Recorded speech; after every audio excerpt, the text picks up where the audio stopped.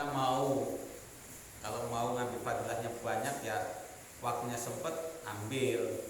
Ini cuman saya ngasih tahu rukunya, bukan terus mengajarkan biar cepet-cepet selesai soalnya, bukan. Nanti saya kasih tahu rukunya jadi nggak pernah sampai Hamidul Majid Allahumma sholli ala Muhammad.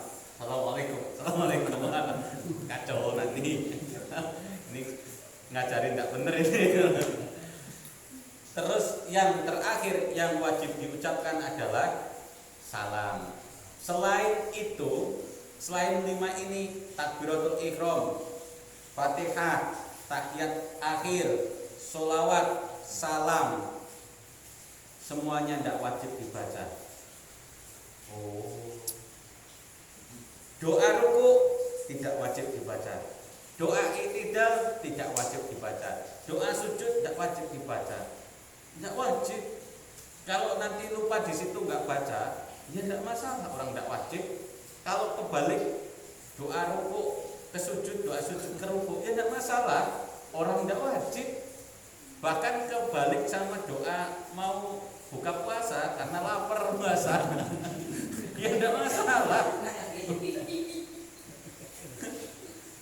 Asal jangan talafut, jangan keras-keras, sampai terdengar kanan kiri. Kok saat waktu sujud aku dengar ini baca Allahumma laka sumtu kebika amadu ala rizqaftar tuh, itu masalah itu kalau jadilah itu sunnah.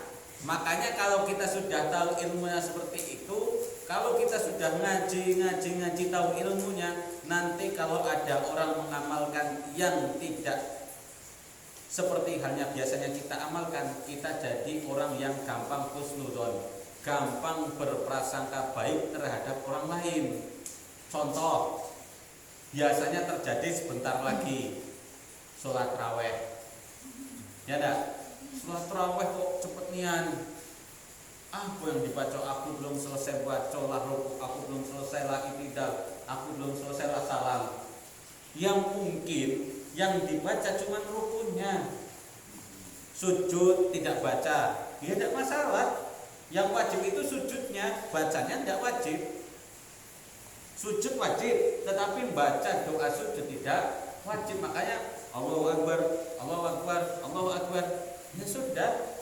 Yang penting saat sujud tumakninahnya, tumakninah itu ukurannya seperti halnya kita mengucapkan subhanallah, subhanallah, subhanallah, subhanallah, subhanallah. Itu kalau kita tidak tahu ilmunya, tidak tahu hukumnya, dikira tidak benar sholatnya. Kok nggak baca, kok nggak, ini cepetian, kita belum selesai baca lah, bangkit terus, tidak terkejar. Kita yang belum tahu sebenarnya. Atau kita selama ini cuma ikut-ikutan, makanya gambar husnudzon ke orang. Tapi kalau kita sudah mengaji, nanti banyak terjadi saat Ramadan, ada yang terawihnya cepat, ada yang terawihnya lambat, ya tidak masalah, asal rukunnya terpenuhi. Rukun-rukunnya terpenuhi, selesai, nggak ada masalah. Yang jadi masalah itu baca Fatihahnya terlalu cepat, itu yang jadi masalah.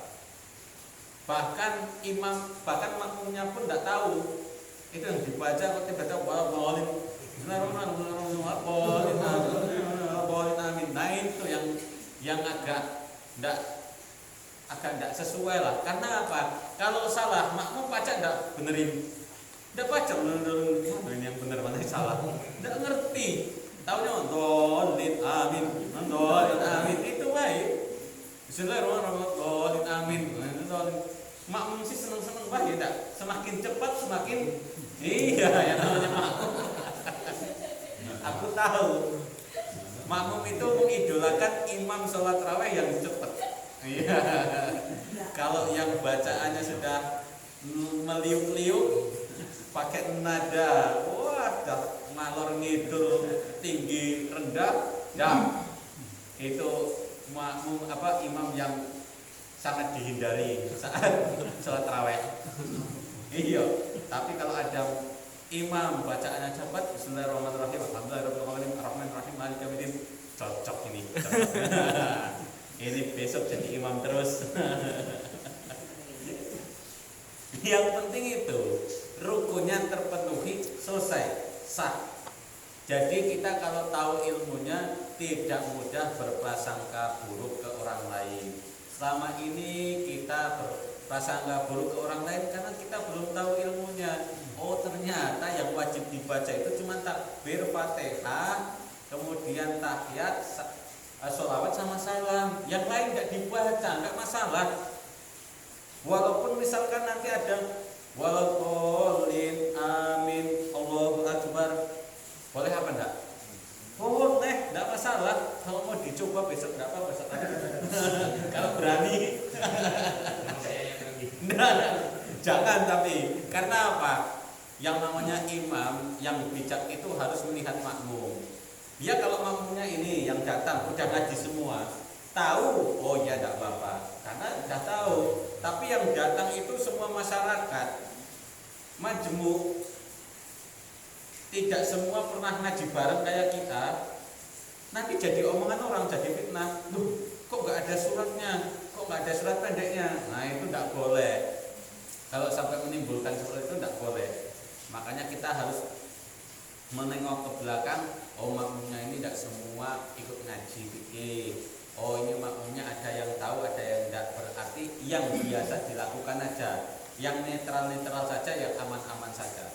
Kalau yang makmumnya sudah ngaji fikih seperti ini semua, sholat tarawih di sini, di musala ini, udah waladhdallin amin Allahu akbar, sami Allahu liman hamidah, Allahu akbar, Allahu akbar, Allahu akbar, Allahu akbar, sampai at-tahiyatul mubarakatul thayyibatul, sampai salam, sampai sholawat Allahumma sholli ala sayyidina Muhammad.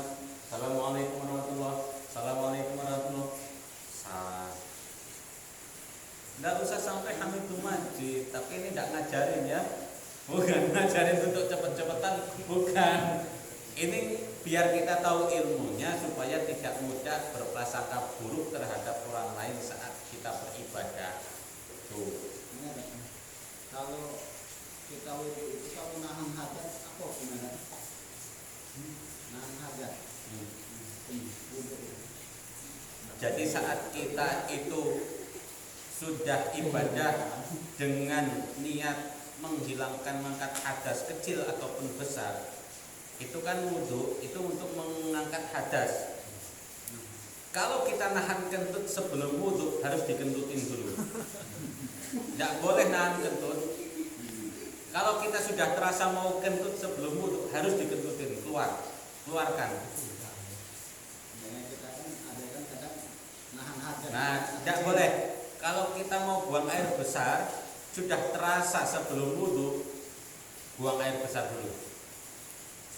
Kalau terasanya di tengah-tengah sholat, sudah wudhu, sudah takbiratul sholat, itu wajib ditahan. Wajib ditahan kalau itu sholat wajib. Sholat 5 waktu, sudah takbiratul ihram tiba-tiba mules, harus berusaha ditahan semaksimal mungkin sampai salam. Kalau tidak tahan sama sekali apa boleh buat, tetapi ada ikhtiar, itu bedanya. Tetapi kalau terasanya itu di awal sebelum kita melaksanakan ibadah harus dikeluarkan dulu, tidak boleh di bawah. Mulusnya tidak boleh di bawah, harus keluarin dulu. Perkara nanti di tengah perjalanan mulus lagi itu resiko, harus ditahan. Sampai salam harus ikhtiar menahan. Kalau tidak tahan kentutin. Itu kalau wajib, sholat wajib. Kalau sholat sunnah kentutin aja. Ya, kentutin aja. Ambil air wudhu lagi. Tapi yang lihat tadi kentutnya kalau lagi jamaah tidak usah keluar aja. Buat jangan.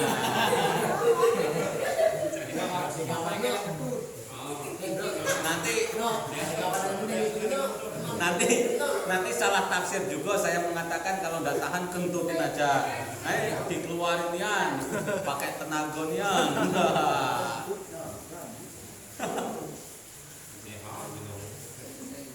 Kasihan yang di belakangnya. Kalau kita yang kentut selesai, kentut tinggal ke belakang wudhu, kasihan yang di situ. Aromanya nggak hilang-hilang gitu. Belakang, kanan, kiri, depan kena gas beracun semua, itu kasihan. Kalau tidak tahan nian, keluar dulu dari kentutin di luar saf. Kalau tidak tahan nian sudah mau kentut kalau apa boleh buat di saf ya sudah di saf. Kalau kentutin di saf apalagi yang tidak berbunyi itu bahaya nian itu. Kentut yang tidak berbunyi itu malah resiko. Kalau yang bunyi kayaknya aman, masalah yang aromanya aman. Tetapi yang tidak berbunyi itu yang wah itu bahaya itu. Apalagi kalau yang kentut ini malu, tidak tahu hukumnya, malu untuk keluar dari saf, pura-pura sholat terus, pura-pura tidak kentut, bahaya nih yang itu. Karena kalau mau keluar, wah ini ternyata yang baunya kentut dia ini keluar, nah ketahuan. Dia tidak ketahuan, ikut sholat terus sampai salam, itu tambah bahaya karena dia itu menjadi pemutus saf. Safnya jadi terputus gara-gara dia yang sudah kentut. Dah kalau kentut keluar aja, gak usah malu. Malu sebentar paling. Paling dia terus jadi omongan. Jadi tidak apa-apa kan lewat depan orang sholat. Enggak apa-apa. Ini tarbiyah untuk kita.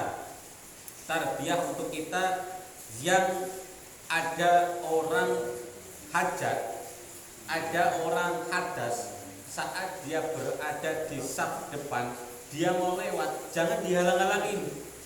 Karena dia hadas.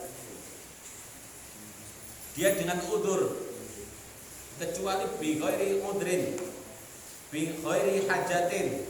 Kalau dia tidak ada hajat sama sekali, tidak ada udur sama sekali, ada orang sholat lewat di depannya, itu yang harus dicegah.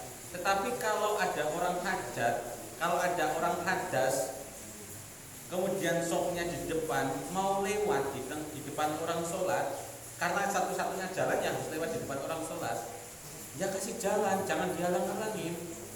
Beda hukumnya soalnya.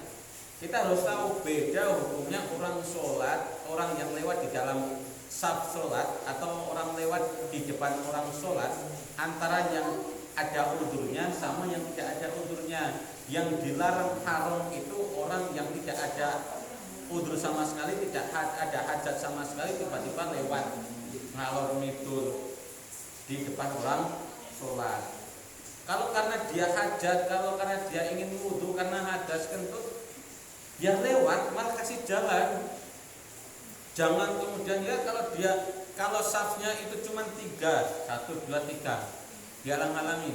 Sebentar, coba bayangkan kalau kayak sholat id, dia berdiri di sini, paling depan kentut, safnya sampai sholat id sana, belakang, ya keburu dia keluar di tengah jalan. Mau ini udah kebelet nian, dihalang-halangin lagi. Baru jalan dikit dihalang-halangin lagi. Halangan lagi lah sampai keluar nanti adanya di situ, tidak sampai tempat nanti malah jadi bahaya.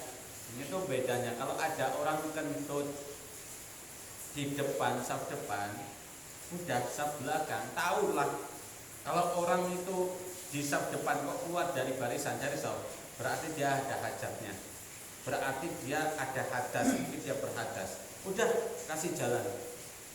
Karena nggak mungkin orang tidak berhadas, tidak ada hajat kok tiba-tiba lagi sholat keluar saf. Enggak. Makanya udah yang di belakangnya kasih jalan. Hukumnya seperti itu. Tidak boleh dihalang-halangin. Salah kalau kita ngalang-halangin malah nanti. Kalau kita ngalang-halangin itu yang tidak ada hajatnya.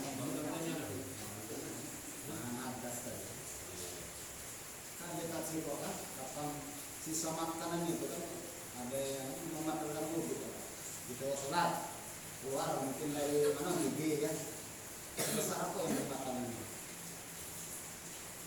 Bukan membatalkan wudhu, sisa makanan membatalkan sholat. Jadi ini sudah melompat 1, 2, 3 bab. Sudah loncat 3 bab, tidak apa-apa. 5 bab ini tidak apa-apa, tapi bahas di sini. Yang penting kita yang dibahas ilmu aja. Yang membatalkan sholat itu tidak semua membatalkan wudhu, tetapi yang membatalkan wudhu pasti membatalkan sholat.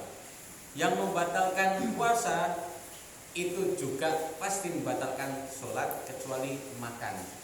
Nah, ini poinnya di situ aja.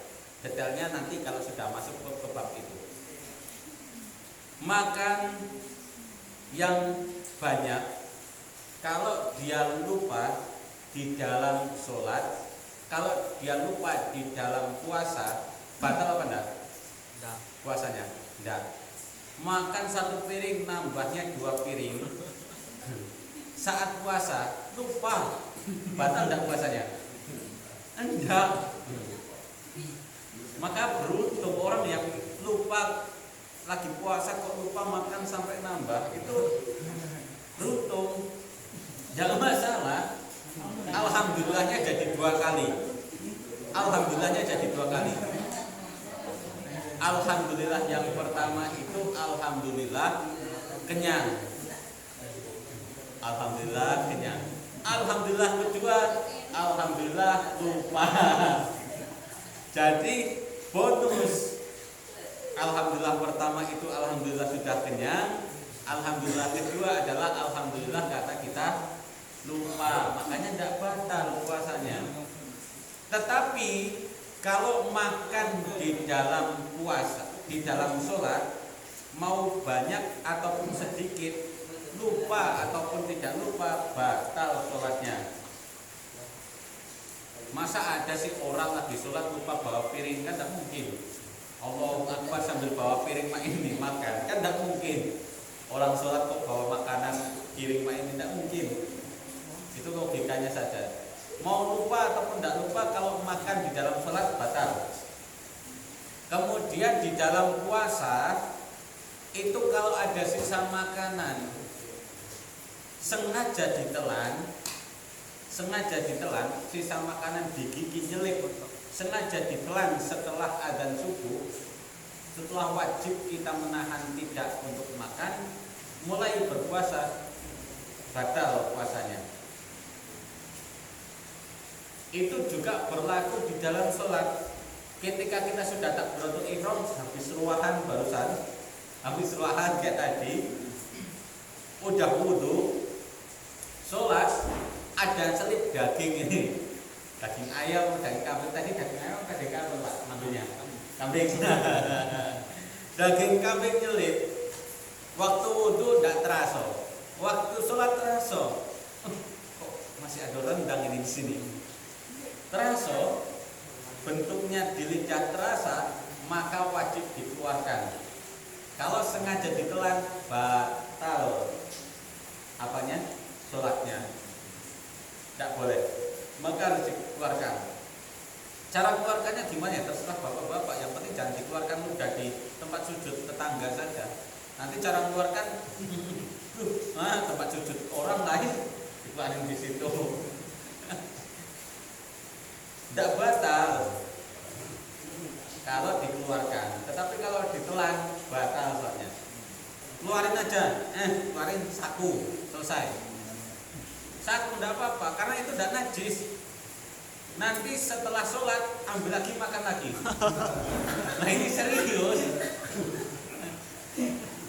Karena itu belum najis, tidak keluar dari perut. Yang najis itu kalau keluar dari perut. Kalau cuma lepet di sini ada daging kambing, ambil waktu sholat, sakuin, waktu selesai sholat makan lagi, kan sayang daging kambing masih berasa rendangnya. Tidak apa-apa kalau masih doyan. Kalau masih doyan, tapi jangan sengaja ditelan. Kalau sengaja ditelan soalnya batal sholatnya, harus dikeluarkan.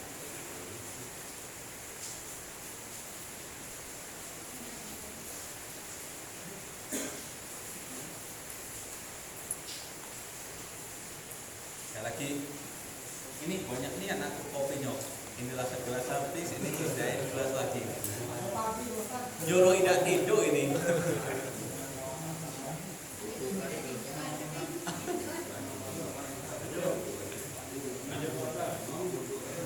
Lanjut yang wudhu tadi, kembali ke wudhu.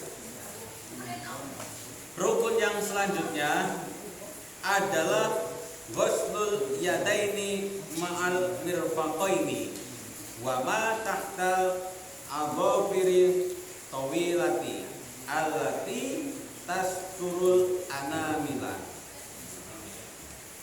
Jadi wajib yang selanjutnya atau wajib yang ketiga saat wudu adalah ghuslul yadaini ma'al mirfaqaini atau ghuslul yadaini ilal mirfaqaini, membasuh kedua tangan sampai ke siku, termasuk sikunya dia dibasuh. Saya pernah bahas juga ini, singgung sedikit. Kalau bahasanya ke siku, berarti saat kita menggunakan keran yang dibasuh dulu, sikunya apa jari-jarinya? Jari-jari. Kalau kita wudhu pakai keran seperti itu, biasanya kita itu teledor, tidak teliti, wudhunya yang dibasuh sikunya dulu karena siku di atas. Yang penting basah aja. Nah ini siku. Padahal kalimatnya adalah ghuslul yadaini ilal mirfaqaini, membasuh tangan sampai ke siku. Berarti siku tujuan. Walaupun pakai keran, siku tetap jadi tujuan. Berarti siku ini basuhan yang tujuan terakhir, ke sini. Tujuannya adalah siku. Nah, itu sedikit di situ perbedaannya. Tapi kalau mau siku dulu sah apa enggak? Ya sah. Yang penting basah. Sesuka-suka bapak-bapak lah. Mau main air yang gimana lah? Mau mainan air yang seperti apa? Mau siku dulu apa jari jemari itu, yang penting basahnya merata. Yang penting merata. Tapi kalau mau ambil fadilahnya sesuai yang dicontohkan Rasulullah adalah siku sebagai tujuan. Kemudian kalau kita punya kuku yang panjang yang menutupi jari, kuku yang panjang kok sampai menutupi jari kita, kulit jari ini, maka usahakan di bawah kuku ini harus kita teliti basah atau tidak. Karena terkadang di situ tidak basah kalau kita wudhu. Kalau kuku kita menutupi, maka tidak ada syariatnya sebenarnya kalau kita itu kuku. Karena ini serius jujur, kuku itu menjadi salah satu tempat paling nyaman jin itu tinggal bernaung. Itu kuku manusia, Pak. Ini serius. Kuku manusia ini menjadi salah satu tempat ternyaman untuk bernaungnya setan di tubuh manusia. Ini salah satunya kuku. Dan juga pusar di situ. Nanya Kak, Ya, baru mulai bertanya. mau mana kalau maaf ini kan kerennya tuh dia Dina, yang enak mewarnai kudu. Aku Kotek. Nah, separuh makan ini yang mak kayak wah, beli deh nggak tahu kalau kudu. Kira-kira mau kudu apa ada kayak begitu? Kalau berlian jual baik. Ya banyak, ya. Lepas baik kukunya. Kalau istri kita pakai berlian di kuku, kita lagi saro-saroma ini pakai berlian di kuku, lepas baik kukunya. Jual, baca terbangun ruko ini, namun apa? 10 buku ini ada berlian kalau. Jadi hukum kutek itu hukumnya seperti halnya minyak. Kalau itu tidak bisa menembus, maka itu hal yang tidak boleh digunakan. Kalau itu menghalang-halangi tembusnya air sampai ke kuku atau tembusnya air sampai ke kulit, maka itu menjadi penghalang. Kalau ada penghalang saat kita wudhu, ada air tidak mengalir ke kulit, tidak sampai kulit, tidak sampai kuku, maka tidak sah. Kalau kita dengan sengaja, cewek atau wanita kutekan itu sengaja apa enggak? Sengaja, enggak mungkin enggak sengaja kutekan itu kan. Tiba-tiba bangun tidur, aku enggak sengaja beginian, enggak mungkin. Masih sengaja. Maka kalau sudah sengaja seperti itu, berarti sudah tahu ini resikonya apa. Kalau wudhu nanti, lebih bahaya lagi kalau mandi wajib nanti harus terbasahi semua. Ya termasuk itulah wudhu juga sangat penting karena berhubungan dengan ibadah yang lain.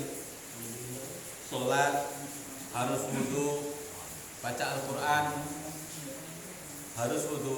Maka kalau kita sengaja kuteknya itu dari bahan yang tidak tembus air, maka tidak boleh. Jangan.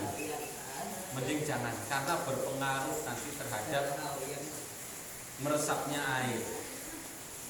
Ada penghalang, tidak bisa menyentuh kuku atau tidak bisa menyentuh kulit, tidak boleh. Itu tidak sah. Wudunya tidak sah kalau ada penghalang seperti itu. Tapi itu penghalang bukan luka. Nanti ada penghalang seperti itu kayak tadi udah belajar, wah itu jabiroh penghalang juga, nanti tinggal tayamum aja ini, nggak bisa disentuh air, tayamum aja diganti, nggak boleh. Itu bukan karena luka, itu bukan karena darurat, itu kuku itu hiasan, sengaja mainan seperti itu, sengaja dengan cat minyak atau apa. Kutekan pakai cat minyak kan? Pakai cat minyak apa cat tembok?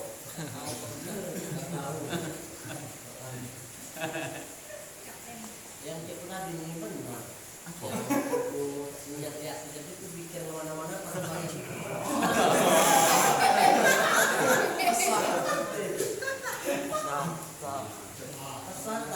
Sah apa enggak? Sah asal rukunnya sah. Masalah pikiran kita, jasad kita di sini, pikiran kita di Jakarta itu tidak apa-apa. Sah. Kita sholat di Karangjaya, pikiran kita di Prabu Jaya, sah. Asalkan rukunnya terpenuhi. Asal kalau kita makmum ya ikutin imam aja lah. Jangan sampai makmum imamnya gerak-gerak, kita tidak pernah gerak karena pikirannya. Nah, karena pikiran itu memang kita tidak boleh menganggap bahwasanya kalau kita belum serius soal kita tidak sah, tidak boleh. Makom kita itu bukan nabi yang bisa 100% khusyuk, yang bisa 100% seakan-akan menghadap Allah. Itu tingkatannya sudah tinggi. Nah saya yang ngomong aja kan masih ingat segala macam lah, ingat dagangan tadi mah ini tidak laku-laku. Bayang-bayang. Iya, bayang-bayang loh. Nah, pokoknya ingat macam-macam. Wajar itu wajar, makanya itu tingkatan yang paling tinggi ibadah itu ihsan, anta butullaha ka'annaka tarahu fa illam takun tarahu fa innahu yaraka. Kalau kita ibadah bisa seakan-akan lihat Allah, konsentrasi nian, itu ya alhamdulillah, berarti tingkatannya sudah luar biasa. Tetapi kalau belum bisa seperti itu ya tidak usah khawatir, fa innahu yaraka. Allah itu tahu kita lagi sholat, walaupun pikiran kita lagi tidak sholat, misalkan. Nah pikiran kita lagi mikirin utang, pikiran kita lagi mikirin ini terus segala macam. Tapi Allah maha tahu, kita sudah berusaha walaupun lagi banyak utang, berusaha datang ke masjid untuk sujud. Itu sudah, walaupun kita lagi banyak masalah, kepikiran masalah di luar, kepikiran diomelin istri, kepikiran macam-macam. Allah tahu kalau lagi banyak masalah kok datang ke masjid untuk sujud, untuk sholat. Allah tahu walaupun pikiran kita tidak bisa seserius Nabi, tidak bisa seserius para sahabat, tidak seperti makomnya para ulama. Tidak apa-apa. Kalau sudah bisa nanti makomnya fa innahu yaraka, fa innaka tarahu, seperti kita bercakap-cakap dengan Allah, seperti halnya kita sedang berhadapan dengan Allah, ya alhamdulillah. Tapi kalau belum sampai ke situ ya jangan khawatir. Orang makom-makom kita, derajat-derajat kita kan masih orang-orang yang kan di bawah standarnya. Maka yang penting ibadah, berusaha serius, berusaha istiqomah. Masalah nanti kita waktu ibadah itu pikiran kemana-mana, tetap diganjar sama Allah sebagai ibadah insya Allah. Karena nggak mungkin keseriusan kita ini disamakan dengan standar keseriusan para sahabat, nggak mungkin. Oh kamu ini pikirannya belum standar sahabat, berarti kamu tidak ibadah. Karena tidak ibadah kalau standarnya itu, standarnya ya keseriusan kita masing-masing. Ada yang bisanya lagi seriusnya waktu takbiratul ihram. Allahu Akbar. Khusyuknya lagi di situ doang. Setelah takbiratul ihram enggak kakek khusyuknya sama sekali. Hilang semua khusyuknya. Ya enggak apa-apa, orang lagi di situ, derajatnya masih di situ, khusyuknya masih di situ sebatas Allah Akbar. Wah, waktu takbiratul ihram khusyuknya benar-benar Allah. Bahkan fasiknya. Ini enggak masalah. Habis itu tapi ingat, ya Allah aku belum makan. Agak ada luahan ini banyak enggak makan. Enggak masalah.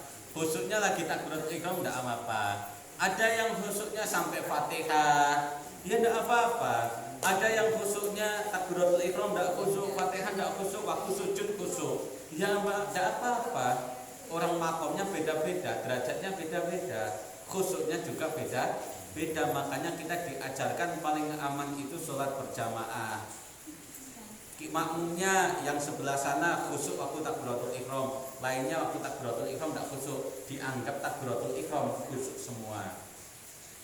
Fatihahnya makmumnya tidak kate yang khusyuk Fatihah, tapi imamnya khusyuk, dianggap khusyuk semua.